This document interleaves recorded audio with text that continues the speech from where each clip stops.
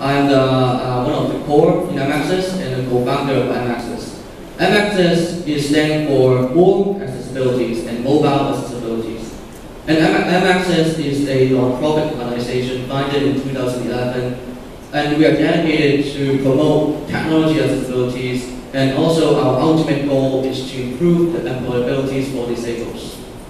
And the idea of MAccess is coming from a very simple word: sharing. Sharing the user experience of disabilities on technologies, and also the importance of the accessible technology. I would like to share with you a story of myself. Back in time in 2010, when I was an intern in Goldman Sachs, a lot of my colleagues asked me about how you can mobily working on your way to conference, on your business trip, and I told them it is no problem. Because of my smartphone, I can use my smartphone to access my email, my contact list, and also my instant messages. And I think it is a crucial skills for disabled to lead to their employment. And also a very interesting story. When I first used my iPhone, at the time, Hong Kong did not have Apple Store for me to ask the specialist. At the time, I asked a lot of people about teaching me how to use an iPhone. Eventually, I noticed that nobody really familiarized about the assistive technologies on iPhone.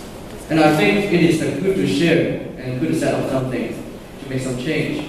So eventually, MAccess has listed free services, and the first thing is to provide training to disabled on technology.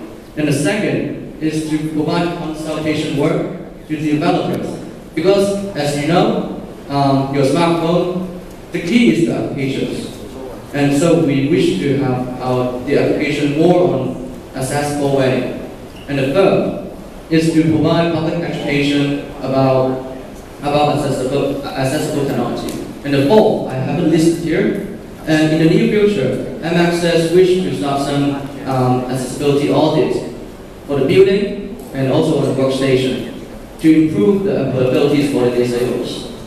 And today, after you have heard about a few words about accessibility, and I would like to share with you a video and to let you know how is the person with disabilities look like with the iPhone. And since this video is in Cantonese, because we're trying really hard on providing training to the local community, so I will try to do some audio description for you. Thank you. Yep, and this video actually is going to show you how I use my WhatsApp and using emoji to communicate with people.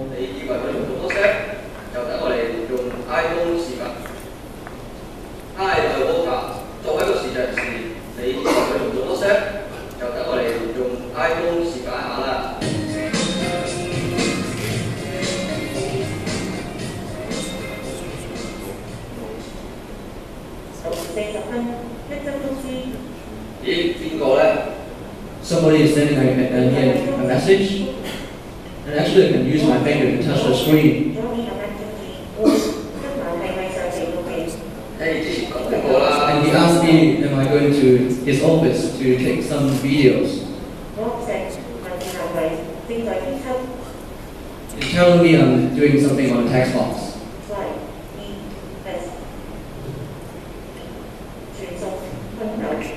I send out the message.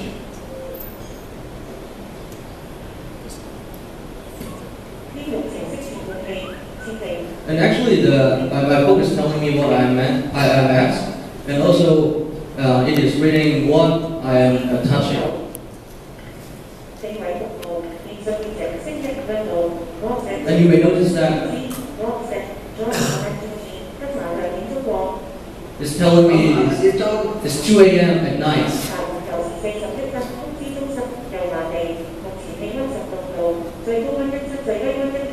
It's reading me the news on the notification center.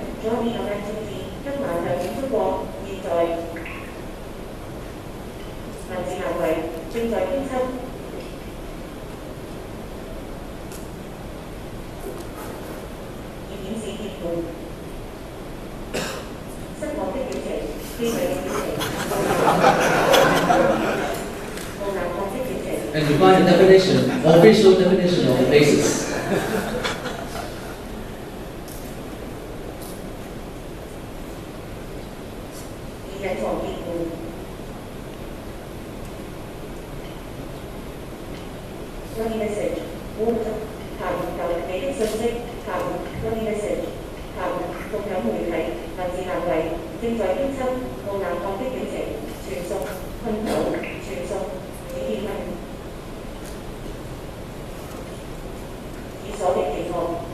It's telling me I locked my screen.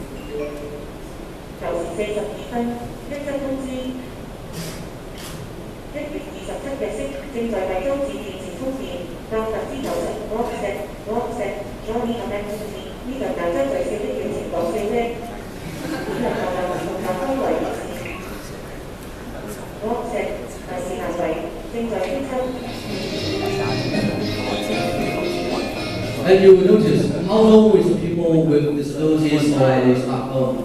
And I think accessibility is about normality and not about differentiation. You see, I'm using a normal iPhone, smartphone, and also using the same apps with you guys, using the WhatsApp. And you know, different phone and different operation system is having those technology built in and here's the applications. And today, I would like to share my vision. Accessibility is not anymore about disabled. It's about all of people here in this room. I would like to share another story with you. One day, an MXS call came to me and told me a story, and quite inspired. And one of his friends catch a very minor accident and lost her vision temporarily. And she was really depressed in the hospital because she cannot connect with the world. And we noticed that she cannot use her vision to access her mobile phone, on newspaper, on communicating with her friends. And fortunately, MXS Core familiarized with the assistive technology on the phone and then taught her about this. And she knows how to use her phone with no vision, and is really impressed.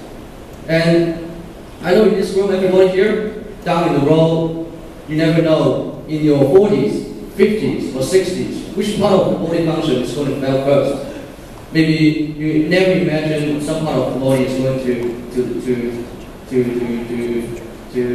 make you feel difficult. And I'm sure the technology is one of the key to help you survive. And that's why what I've said, accessibility is for all. Thank you. Thanks, Walter.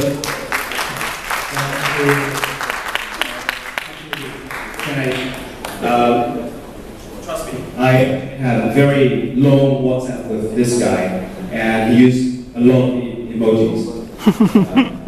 And I believe instead of making one or two apps or the amazing apps just to address the visually impaired, a bigger mission is to make all the apps, all the webs on mobile accessible. In Cherrypix, we work with the biggest companies like Hong Kong Bank, MTR. We are persuading them that every time they design, they make apps or webs, make them accessible. Becomes a second nature, become part of their plan.